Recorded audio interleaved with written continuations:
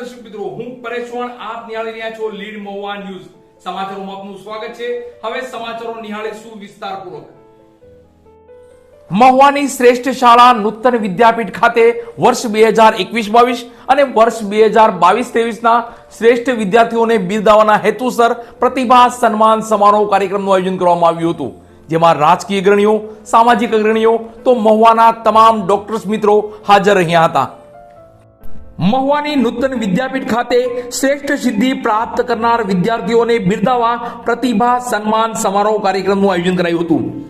જીવન આપણને બે વિકલ્પો આપે છે, એક સૂતા રહો અને સપના જુઓ, અને બીજો વિકલ્પ જાગો અને એ સપનાને પૂરા કરો. બીજા વિકલ્પમાં સપના સાકાર તો થાય જ છે, પણ તેમાં જાગવાની સાથે અનુશાસિત અને મહેનત પણ જરૂરી છે. આવી અનુશાસિત અને મહેનત ક્લાસરૂમથી લઈ સિદ્ધિ સુધીની સફરનું માધ્યમ મહુવાની શ્રેષ્ઠ શાળા નૂતન વિદ્યાપીઠ કરી રહી છે. મહુવા નૂતન વિદ્યાપીઠ શાળા ખાતે બાળકોને ભણતરની સાથે સંસ્કારોનું સિંચન પણ કરાઈ રહ્યું છે. બાળકોને શાળા પરિવાર દ્વારા શિક્ષણની સાથે અન્ય પ્રવૃત્તિ પણ કરાઈ રહી છે. ક્યાં વિદ્યાર્થીમાં કઈ ખૂબીઓ છુપાયેલી છે તેનું ઊંડાણપૂર્વકનું મંથન કરી તે ખૂબીઓને ઉજાગર કરાઈ રહી છે. તો જે બાળકોમાં કઈ ખામી હોય, ભણતરમાં રસ પડતો ન હોય તેવા બાળકોને પણ યોગ્ય રીતે માર્ગદર્શન આપી પ્રતિભા સંપન્ન કરવામાં આવે છે.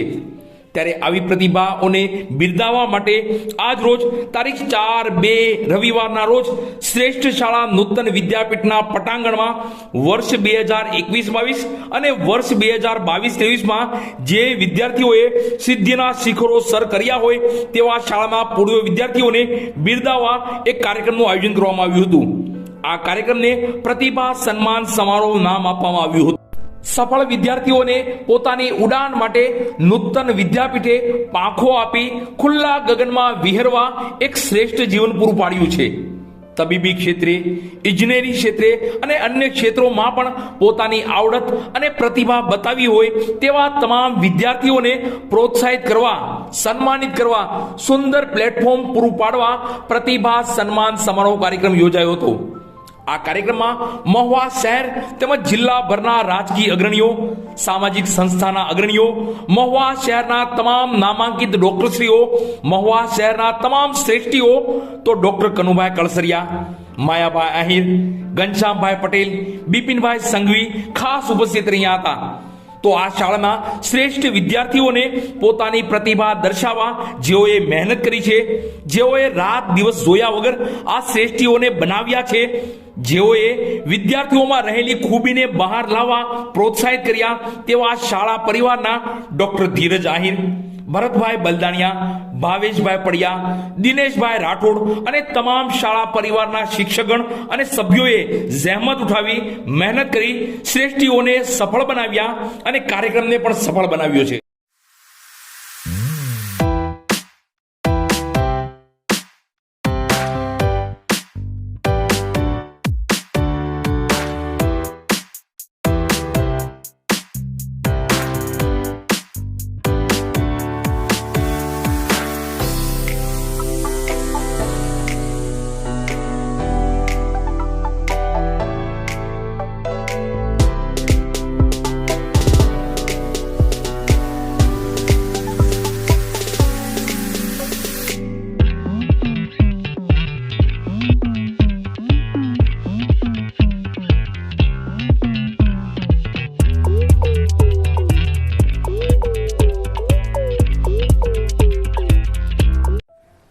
મહુવાના કુંભણ ગામની શ્રી SV દોશી હાઈસ્કૂલ ખાતે વિદ્યાર્થીઓને સન્માનિત કરવા ફ્યુચર ઓફ કુંભણ એવોર્ડ કાર્યક્રમનું આયોજન કરવામાં આવ્યું હતું, જેમાં સક્રિય ધારાસભ્ય શિવાભાઈ ગોહિલ ખાસ ઉપસ્થિત રહ્યા હતા.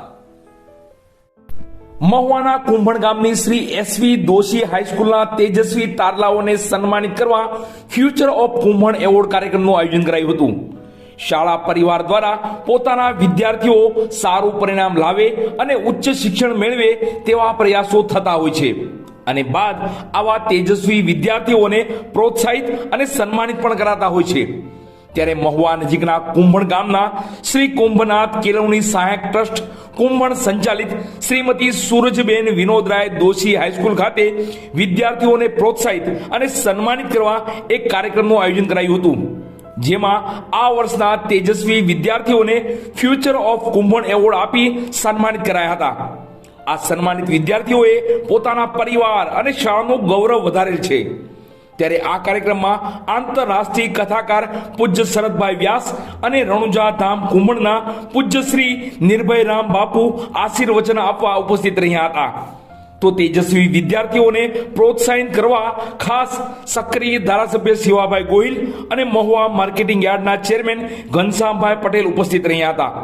તો એસવી દોશી હાઈસ્કૂલના ચેરમેન બિપિનભાઈ દોશી, શાળાના ટ્રસ્ટીગણ, શાળાના શિક્ષકગણ, શાળાના તમામ સભ્યો હાજર રહી જહેમત ઉઠાવી કાર્યક્રમને સફળ કર્યો હતો.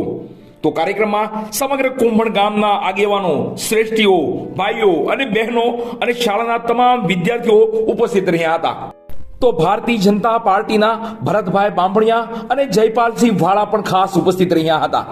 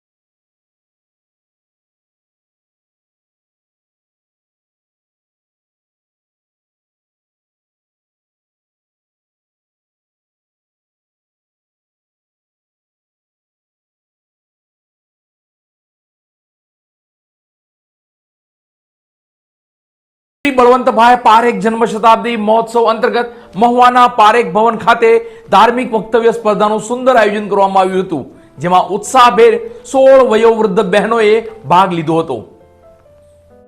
શ્રી બળવંતભાઈ પારેખ જન્મ શતાબ્દી મહોત્સવ અંતર્ગત મહુવાના પારેખ ભવન ખાતે ધાર્મિક વક્તવ્ય સ્પર્ધાનું આયોજન કરાયું હતું. શ્રી બળવંતભાઈ પારેખ જન્મ શતાબ્દી મહોત્સવ જે પીડીલાઇટ ઇન્ડસ્ટ્રીઝ મુંબઈના સહયોગથી યોજાઈ રહ્યો છે. આ શતાબ્દી મહોત્સવમાં વિવિધ સ્પર્ધાઓ અને વિવિધ કાર્યક્રમો જાન્યુઆરી અને ફેબ્રુઆરી એમ 2 માસ યોજાયા અને યોજાનાર છે. ત્યારે મહુવા શહેરના પારેખ ભવન ખાતે તારીખ 1/2/2024 ગુરુવારના રોજ મહિલા કુંજ ગ્રુપની બહેનો દ્વારા ધાર્મિક વક્તવ્ય સ્પર્ધાનું સુંદર અને ધાર્મિક આયોજન કરાયું હતું. આ ધાર્મિક વક્તવ્ય સ્પર્ધામાં બહેનોએ રામાયણ, મહાભારત, તો કૃષ્ણ, અર્જુન, યુધિષ્ઠિર, હનુમાનજી જેવા ધાર્મિક પાત્રો અને ધાર્મિક વિષયો પર પોતાનું વક્તવ્ય આપ્યું હતું. આ ધાર્મિક વક્તવ્ય સ્પર્ધામાં કુલ 16 બહેનોએ ઉત્સાહપૂર્વક ભાગ લીધો હતો. તો નિર્ણાયકશ્રીઓ દ્વારા પણ તમામ સ્પર્ધકને ઝીણવટપૂર્વક સાંભળી પોતાનો નિર્ણય રજૂ કર્યો હતો. આ ધાર્મિક વક્તવ્ય સ્પર્ધામાં ઇસ્માઇલભાઈ કલાણિયા, કેતકીબેન દેસાઈ, મીનાબેન સાકળિયા, નિતેશભાઈ ગોસ્વામી તો સ્પર્ધાને લઈ તેના નિર્ણાયકશ્રી બહેનો ખાસ ઉપસ્થિત રહ્યા હતા અને જહેમતપૂર્વક વક્તવ્ય સ્પર્ધાને સફળ કરી હતી. પીડીલાઇટ આયોજિત શ્રી બળવંતભાઈ પારેખની જન્મ શતાબ્દી મહોત્સવ નિમિત્તે વિવિધ સ્પર્ધાઓનું આયોજન કરવામાં આવ્યું. મહુવા શહેરના નાના બાળકોથી લઈ અને સિનિયર સિટીઝન આ પ્રવૃત્તિઓમાં ભાગ લઈ શકે એવી વિવિધ પ્રવૃત્તિઓની આયોજન થયેલું છે. વિવિધ શૈક્ષણિક સંસ્થામાં ન અભ્યાસ કરતા હોય, શૈક્ષણિક સંસ્થામાં ન અભ્યાસ કરતા હોય બાળકો પણ, મોટેરાઓ પણ, યુવાનો પણ, સ્ત્રીઓ પણ અને ભાઈઓ પણ આ સ્પર્ધાઓમાં ભાગ લઈ શકે એવું આ પીડીલાઇટ સ્પર્ધાએ આયોજન કર્યું છે. ખરેખર મહુવાને માટે આ એક વિશેષ પ્રવૃત્તિ વર્ષોથી ચાલે છે અને એમનું સંચાલન ઇસ્માઇલભાઈ અને એમની સાથેની સમગ્ર ટીમ ખૂબ સારી રીતે કરી રહી છે. ખૂબ સારા સહયોગથી અને એક યુનિટીથી આ પ્રવૃત્તિઓ ચાલી રહી છે. ખરેખર એ મવાને માટે એક ગૌરવની વાત છે. આવી પ્રવૃત્તિઓનું આયોજન મવામાં જે થાય છે, જેના કારણે કેટલી પ્રતિભાઓ છે એમાં બહાર આવે છે અને અન્યને એની વિશિષ્ટ પ્રતિભાઓને બહાર ખીલવવાની સારામાં સારી એક તક પૂરી પાડવામાં આવે છે.